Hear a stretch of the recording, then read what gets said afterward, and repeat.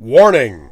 There are massive amounts of spoilers in this particular review. This game did just come out this year earlier, so spoilers. Warning! I'm also kind of under the weather. I apologize. I'm better. I can talk again, but I'm not 100%. So there's your warning. When I first saw the original trailer for Stray, I'm not gonna lie, I was really curious.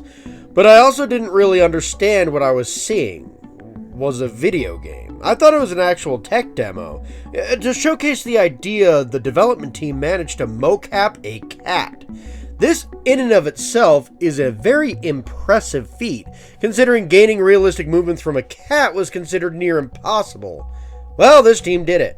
However, it wasn't until another trailer that I spotted that I began to realize this was an actual video game beyond this new development. Yeah, the new trailer had the cat looking like it was making deliveries or something like that, with a small robot helper, and the people nearby also looked like robots. Well, that's interesting. There was clearly more of the game here than originally thought, but I was certainly more excited this time around. Then the game came out.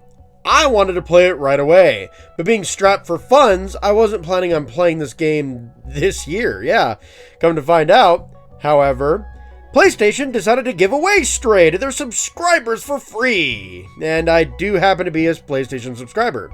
So despite how busy I was with other games, I ended up getting Stray for free. I still wanted to play it right away, so after the end of Season 5 and the Donkey Kong Marathon, that's the first thing I did. So before I get into some of my other projects, I'm going to play the kitty game. So let's do this. Let's take on the walled city. So the story of Stray can be broken down really simply. You are a cat. You fall into the walled city away from your family. This entire game is literally about letting a cat out. All the heartbreak, the chaos, the fun, the touching moments, just to let the damn cat outside. Yeah, that checks out. But if you really look into it, there's a lot more going on here. Not only do you have the adventures of the cat itself, but there's also other characters in the story. The robot companion, B12, has a lot of character building in this game. He was a robotic companion for a scientist who wants outside too, but you learn over time that the robotic companion is actually the scientist himself, but with his memories transferred into the robot. The robot also sacrifices himself to, more or less, not only get the cat outside, but open up the walled city as well, which the city has already suffered enough. The city has all sorts of issues. The bottom level has bacteria evolved into some type of bug that eats garbage and metal called Zurks. The Zurks like to eat everything and will kill both the cat and the robots that live here in the slums. These guys are great. Momo is trying to find his friends. The slums have a lot of robots fighting for survival, mimicking humans as humans are extinct. Momo here is part of a group called the Outsiders. They believe that the outside is actually a real thing. Yeah, direct sunlight is actually thought to be a myth. This city's been closed off for a long time. Momo, however, was too afraid to travel out of the slums with his other outsider brethren. He manages to radio his friends and even help Marty, Seamus, find his father, Doc. This is a very touching reunion. All for a Zurk weapon. Meanwhile, the upper level, Midtown, has Clementine, another outsider originally from the slums who is still trying to get outside. Not only do you break into a factory for this character, but a friend of theirs betrays them. So unfortunately, both Clementine and the cat get arrested. The upper part doesn't have Zurks, but the original company who created this city is now being run by an AI. The AI doesn't want people to go outside, possibly due to some type of virus, but you do eventually break out of jail with Clementine, and she almost sacrifices herself to get you outside. That's awesome. Even the other minor characters have tons of personality, as they all have their lives and ideals. Some believe the outside is real, while others don't. And if I'm going to be honest, when you do eventually open the city up, watching the hatch open and shine sunlight down onto the city is one of my favorite parts of the game.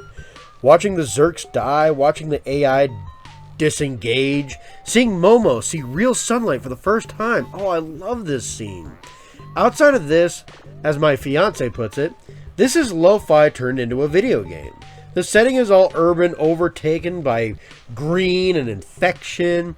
The setting looks so beautiful, creepy, or somber whenever it really needs to be. Just absolutely love exploring this world just to see the cat nap. And I'm not joking about that. You can literally nap and chill with some music and setting that does indeed look like a lo-fi video playing. The music has plenty of different feelings to it. Inside the Wall plays such calming atmospheric peace, while Dead City is definitely more uneasy. The Notebooks track is a bit more my style though, energetic to get you motivated. I also like loud music, which is annoying, but I still hear a beat in there. I also like the beat in Default Club Sound, which is a bit robotic and hip-hop all at the same time. Speaking of the club, these robotic dances look crazy. You can tell the robots apart from how they look. They all dress subtly differently. They also have different hardware parts, like this dude who's just a loudspeaker. I love how charming this all is. But the best part is interacting with these robots. You can meow at most robots and see them absolutely love you. You can also cuddle some of them, which they will often react with emojis on their face screen. Seriously, the sound and sights of this game, I haven't even talked about the main character, the cat. Oh boy, the cat's movements are very lifelike. Yeah, that's kind of the point of the game, but man, playing this was just awesome to see a lifelike video game cat in action. Now that being said, while the cat's movements, while fascinating, are incredibly simple. You mostly use the X button to hold the trigger down to run and jump. Oh sure, you can meow, cuddle, and collect things, but this happens so infrequently that you may as well not have them. They are fun little abilities, not completely useless, but the point is exploring the world and puzzle solving. You don't need hundreds of these abilities to platform after all. You are introduced to different things as you progress, however. At one point you can turn on a flashlight to kill Zurks. At another point you may use your meowing to lure Zurks around. Sometimes you hide in boxes to avoid robots. Sometimes you have to socialize and talk with the robots as well as collect items for specific missions. Like I said, the gameplay is really pretty simple. Overall, it works though. There's rarely a time in which the gameplay doesn't work. I recall one situation where getting up on a countertop was somewhat annoying. Yeah, I like playing the game. Running from Zurks, moving and using platforms, overall playing as the cat is fine. Even if a lot of your abilities are just good to make the robots emote, for no particular reason. Now that being said, you mostly work with your robot friends in the safer hub areas of the game. There's still plenty to do in these areas. You interact with the robots, puzzle solve, and work your way to the next few missions. The hubs are usually bigger and exploration heavy as well. The main missions, though, are a bit different.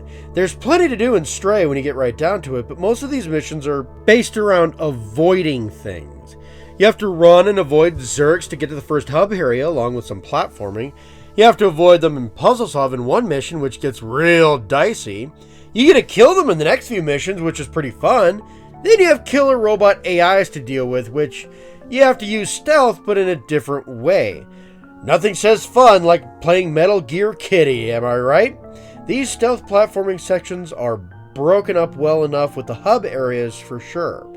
While stealth and distraction of AI and Zurk sounds repetitive, it really isn't. The game is thankfully on the shorter side too, so nothing gets too old too quickly. The final mission, in which you use your robot companion to hack things while you destroy stuff as a cat, is also pretty fun and is thankfully less stealth, more puzzle solving.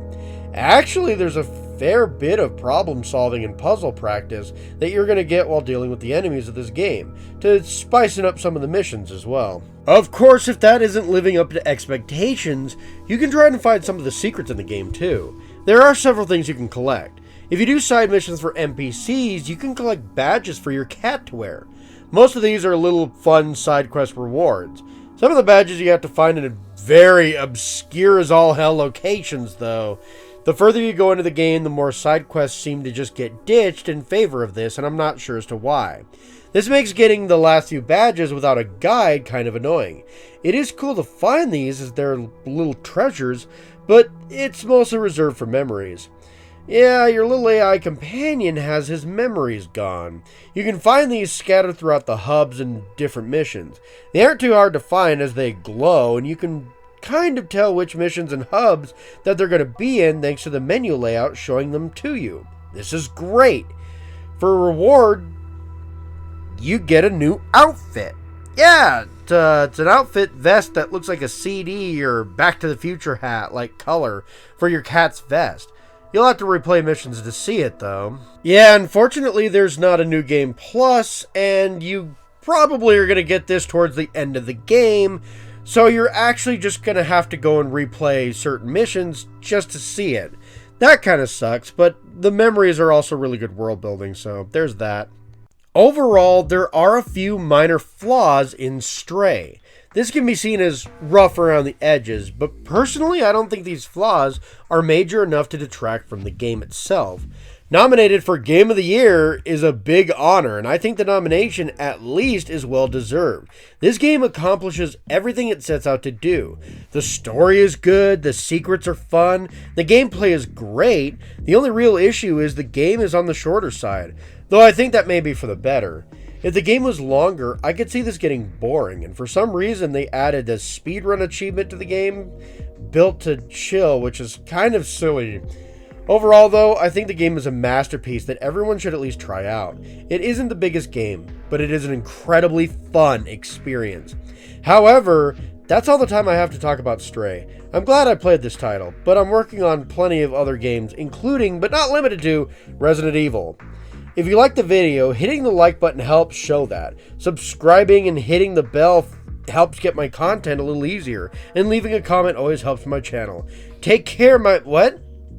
Oh, a score? Oh, a masterpiece. That's a 10 out of 10. You guys haven't really realized that yet? Huh. I thought it was pretty obvious that I had word scores as well as number. Anyway, take care, my minions. Bye-bye.